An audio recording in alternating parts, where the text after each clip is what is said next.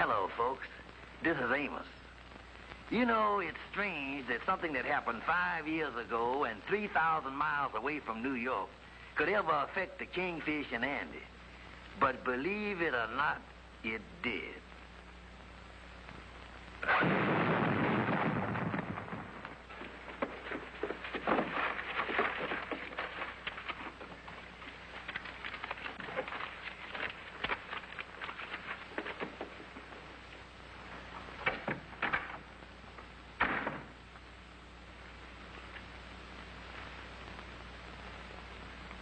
$100,000, Frank. Did you hear me, Frank?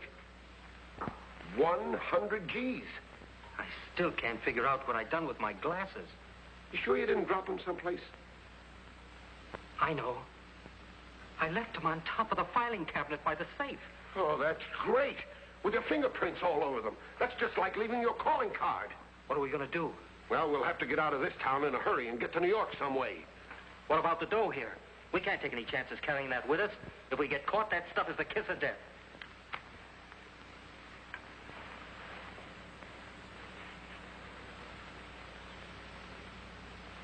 Get up. Get up, Frank, get up. The chair. We'll stash the money in the seat, then we'll crate the thing up and ship it to New York. Then we'll call for it later. Yeah, but what name do we address it to? Any name. Charles Mason. It's a good idea. Now I'll go out and dig up a crate.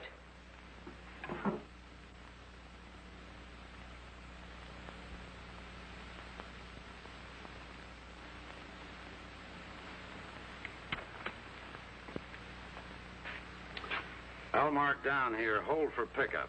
That's right, because we don't know where we're going to live yet. It'll be there in about a week. Thanks, Bud. Good afternoon, boys. Hey, what are you guys doing here? Came to return your glasses, Frank, and don't try anything. I don't know what you're talking about. They ain't my glasses. That's not what the guy who sold them to you said. Where's the dough? Well, look, fellas, I don't know what you're talking about. We went to the fights last night. Come on, boys. Where's the dough? I don't know what you're talking about. Okay. Let's get downtown to headquarters. Maybe you can think better there. Well, folks, the crooks went to jail. Now it's 5 years later, and that chair is coming up for auction. $350 once, $350 twice, $350 third and last call. Sold, $350. All right, boys, bring up the next item.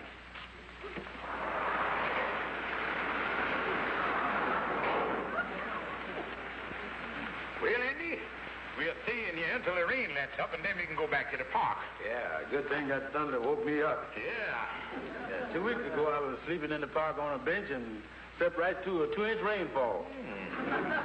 Hey, what is this place anyway, Kingfish? Well, Andy, this is the railroad warehouse. This is where they dispose of unclaimed merchandise. Oh, yeah. Come on, Andy, let's go down here and sit down and see what's going on. Yeah. All right, gentlemen, here's a case of merchandise. What am I bid? You're buying it sight unseen. That's a mighty big box, Andy. I wonder what's in it. Well, ask me.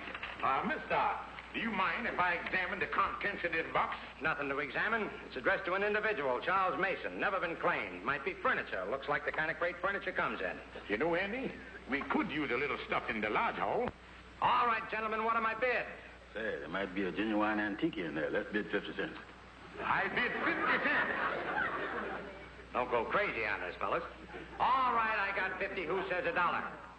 All right, I got $1 over there. Who'll say 2? $2. I got 2 now. Who'll say 3? $3. I want 3. I got 3. I got $3. It's gone for 3. Who'll say? I got 4. I got 4. All right. Do I hear 5? Do I hear 5? Do I hear $5? 5 it is. I got 5. I got 5. Are you all done? Who'll say 6? What? Sold. $6. I just sneezed. Vicente, you owe me $6. Well, Andy, look like we done sneezed ourselves up on the crate here. You want to split the thing? Yeah, we'll each put up $3. Yeah, Andy, and I'll go over and pay the man, then I'll come back and help you with the crate. Yeah. There you is. Name, please. George Kingfish Stevens.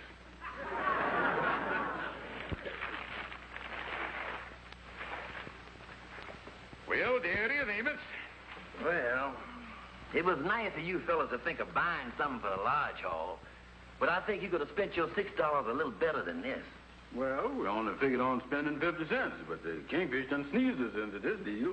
Well, if it offers, we could use it anyway. Looks comfortable enough, all right. Holy mackerel. What do they stuff these things with anyhow? Horsehair, I guess. Yeah, look like they left a couple of hoops in there, too. Well, maybe there's a moral in this for you fellows someplace.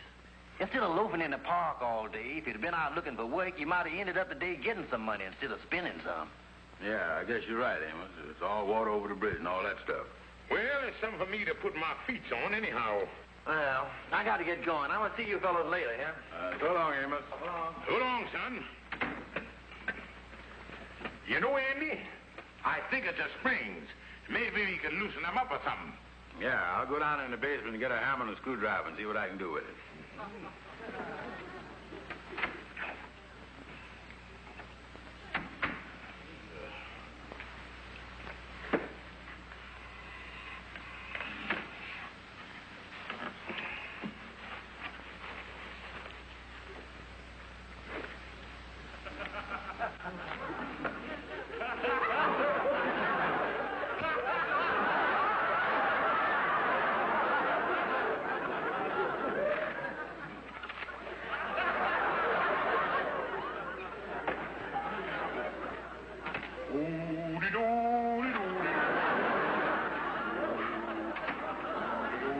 All right, Kingfish, let's get busy.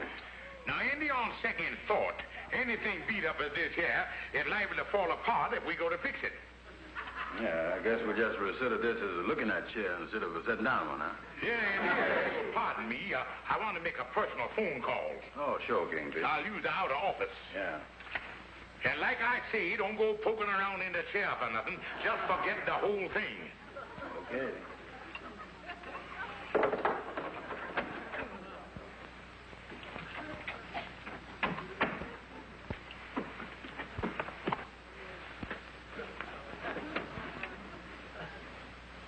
Must be some way to fix this. Hello? This the auctioneer? Well, I bought a crate from you addressed to Charles Mason for $6. Now, what I want to know, do we own whatever we buy, no matter what's in the crate? In other words, whatever I find in that case is mine 100%?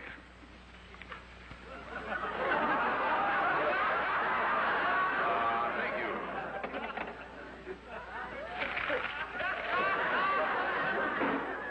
It's 3 o'clock. I guess you want to go home and take your afternoon nap. Oh, no, Kingfish. I think I'll stay around here and unlax for a while. Why don't you go home and get off of your feet, sir? You put in a tough day, you know. No, Andy, I think I'll unlax around here a little while myself. Oh. Yeah.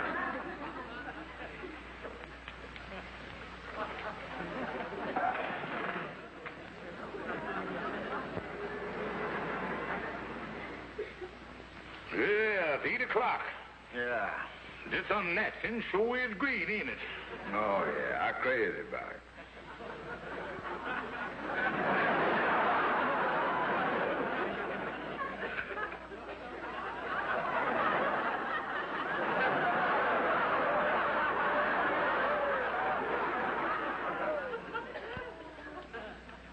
Andy, this unlaxing sure is great, ain't it? Yeah, I'm crazy about it. Well, Andy, being it's 3:15 in the morning, I was just wondering if we both ain't done enough unlaxing for one day. What do you mean, Kingfish? Well, Andy, why don't we both go home at the same time, and then maybe we can pick up with this unlaxing in the morning. Yeah, I think you got something there, Kingfish. Yeah, Andy, let's go home and get a good night's sleep.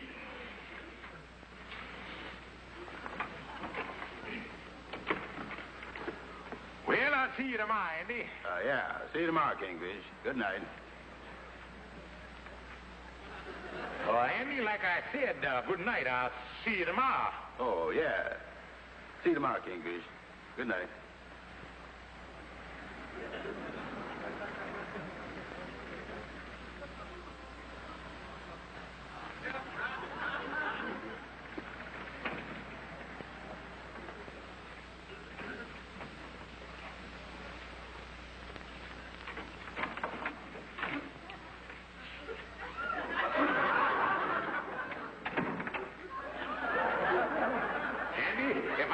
what I know, and you told me what you know, I got an idea that we each know what each other know.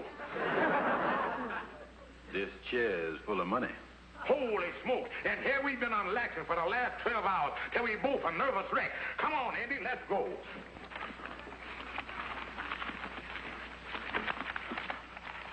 Holy smoke, Andy. There's $10,000 in each pack.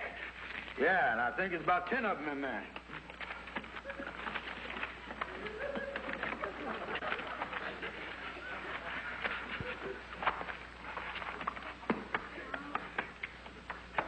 Andy, that's $100,000 altogether. $100,000. Andy, that's $50,000 apiece. We are rich men. Oh, I dreamed of having $1,000, but $50,000. Oh, Andy, do you know what this means? Automobiles, servants, steaks 3 times a day. yeah, come on, let's get out of here, Kingfish. I want to go home and count this stuff all night long. After you, Mr. Rockefeller. You first, Mr. Morgan. Hold on. Pepper! Wake up, honey, wake up! Mama! Wake up! Come here, everybody! Come here! George Stevens, what's the idea of barging in here at 4 o'clock in the morning and raising a... Ollie, what do you mean by coming in here at this hour of night, waking up everybody? You mean me... You... What have you got here? Honey, you remember when you used to yell at me about not bringing home the bacon? Well, there's the whole butcher shop.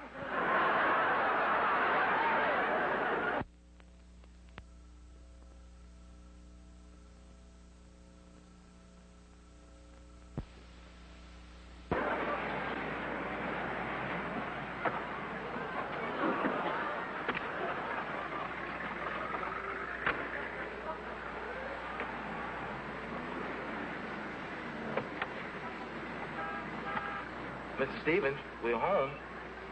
Mr. Stevens, we're home. Oh, yeah, so he is.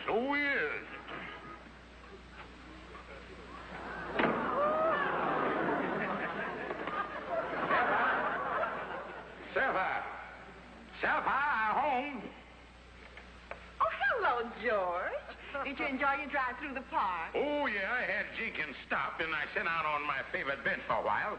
You know, I don't want to lose contact with the common people. Oh, George, don't be silly. George, that isn't an ashtray. It's a lamp. Well, what do you know? Well, darling, did you have a nice day today? Oh, yes. Mom and I were out shopping all afternoon. She got a few things that she needed. Oh, that's good, all right. Well, hello, Mama.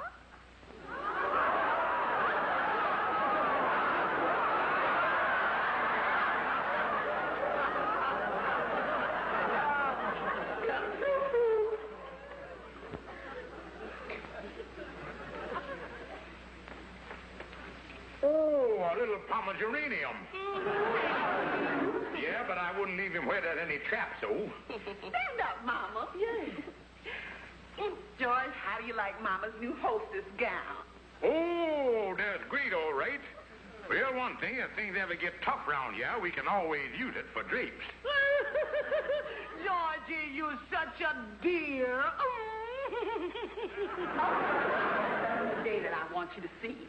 Oh, honey, I'd be glad to look at it. Come over here.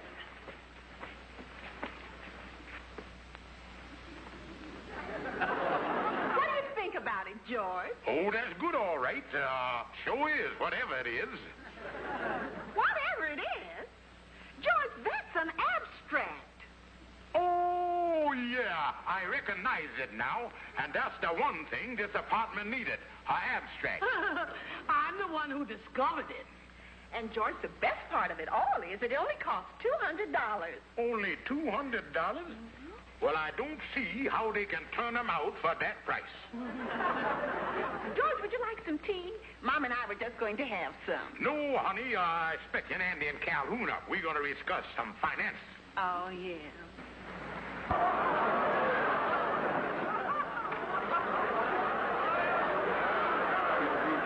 Now, but I got a reporting appointment. why don't you two take the car and pick me up here in an hour? Then we'll start the world all over again. All right, Andy. Okay. Bye. Bye. Well, George, I guess you'd like to be alone if the men are coming over to discuss investments. Yeah, because what we're going to talk about going to be way over your head. Oh. All right, then. Come on, Mama, let's have our tea in the kitchen. All right.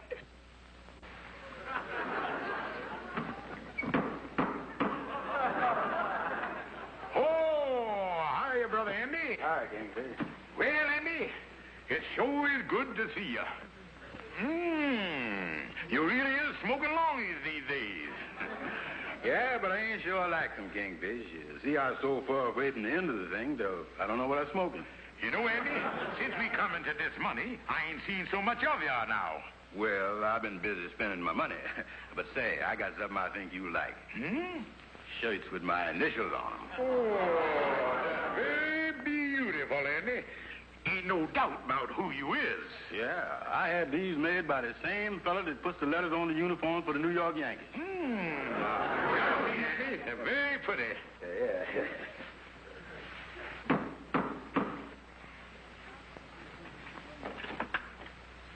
Hi, Calhoun. Hi, Kingfish.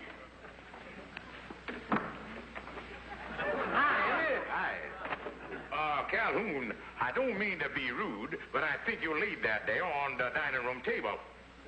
Oh, sorry. Yeah, no, getting back to finances.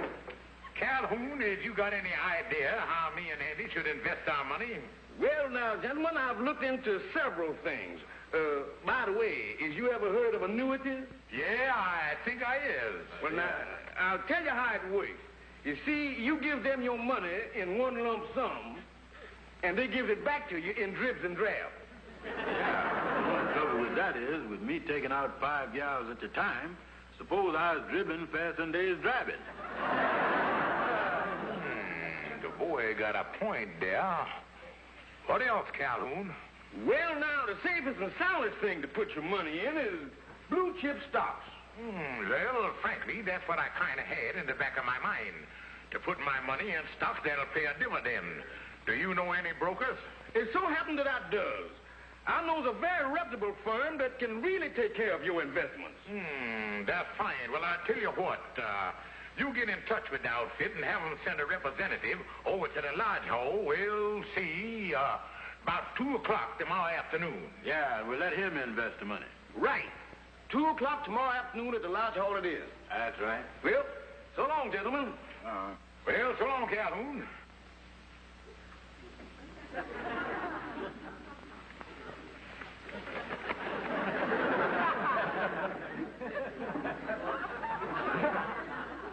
I got to get me some new glasses.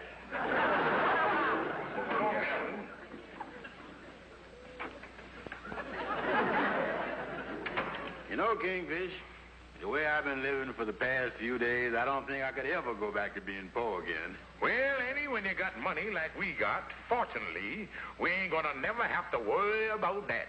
That's right. Men, you serve 5 years of your term. By virtue of your parole, you're now free. All I can say is behave yourselves and good luck. Okay, Warden. Remember, don't leave this area. If you do, it'll be direct violation of your parole. And you'll wind up right back here again. Thank you, sir. Thank you, Warden. It was a crate addressed to Charles Mason. Charles Mason. I think we just sold that last week. I got a record of it here someplace. You sold it? Yeah, we held that for 5 years. Well, who got it? What happened to it? Well, let's see. Oh, here it is. It went for $6 to a Mr. George Stevens. His address is the Mystic Knights of the Sea Lodge Hall on 138th Street. Mystic Knights of the Sea Lodge Hall. How to do, gentlemen? We're looking for a man by the name of George Stevens. Yes, sir. He the Kingfish. He called up a little while ago, say he's going to be down here any minute. What you want to see him about? Personal. Yes, sir. Well, his office is right in there. You can go in and wait for him if you want to. You can do that.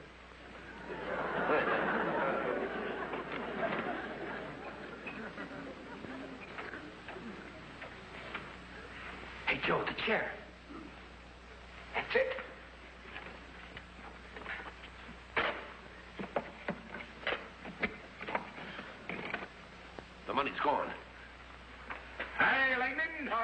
Mr. Kingfish, there's two gentlemen in the office waiting to see you, sir. Andy, that must be two stockbrokers that Calhoun sent up. They're a little early, but that go to show they are on the ball. Yeah. Well, hello, gentlemen. My name is George Stevens, and this is my good friend, Mr. Brown. Howdy. Hi. Now, look, let's get down to business. That's what I like. We came about the money. Oh, yes, I know. I've been expecting you. You've been expecting us? Yeah, we even brought the money here in these here briefcases, so we wouldn't waste no time. Yeah, now you being stockbrokers, you'll know the best stock to put our money in. We want nothing but the blue chipper stuff. And here's the money, gentlemen. And I'm going to leave the whole matter entirely in your hands. Because Calhoun said you boys were the most reliable in the business. Yeah. And I'm going to make it easier for you. We'll put it all here in one briefcase, and you can take it that way.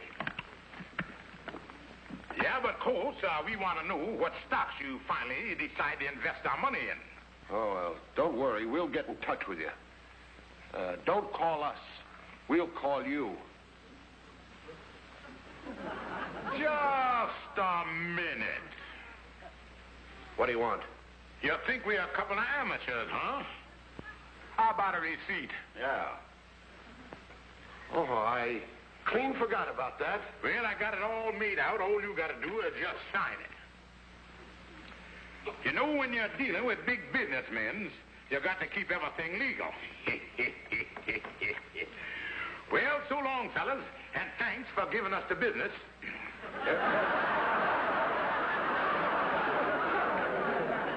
Well, Andy, that's that.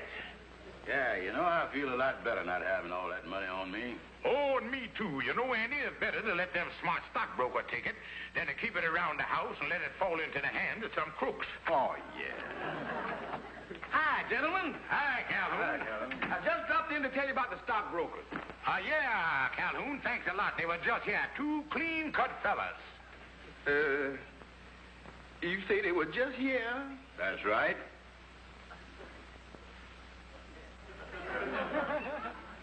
What's the matter, Calhoun? Now, what I'm trying to figure out is, how come they was just here when I ain't called nobody? You ain't called nobody. No. Not even one teensy-weensy call? No, I ain't called nobody. And they got our money. We've been robbed. Let's call the police. Yeah, get the police. Hello? We want the police. We got to get the police right away. Andy, we ain't got no time to wait on the police. We got to catch them guys ourselves. Well, let's get going. Who is you? I'm the police. Oh, thank goodness you caught them. Yes, we've been on the trail of these two crooks ever since they were released from prison. Which one of you is George Stevens? Well, I'm George Stevens. This your briefcase? Oh, yeah, that's mine, all right. Yeah, that's our money in there, too. Your money? Take it easy, fellas. This isn't your money. Well, what do you mean? Well, it's a long story, Stevens. We're going to go down to the jail and book these two boys. Why don't you come along? We'll tell you all about it. And that's the way it is. Well, it'll all just have to go back. I think he must have gotten wind of what was coming, because this morning he bit me. But it just goes to prove one thing. Money that comes easy, goes easy. Irregardless to how it come, this is really a blow. And all them beautiful gals that was dying to go out with me when I had all that money. The only money that means anything is money that you work for, money that you've earned. It wasn't easy carrying that crate, I tell you that. Well, this should be a lesson to all of us. Shouldn't be greedy. We should be satisfied with what we ourselves earn. We shouldn't want things that were beyond our reach. Yes. Trying to get something for nothing is one of the worst evils of mankind. And like Mama says, I hope we've all learned a good lesson. Come on, folks. Come on, folks. Let's hear something. I don't know what's inside, but I got $1.50 for this. Who'll bid $2? I bid $2. I bid 2.5. Do I hear $3? I bid $3. Do I hear $4?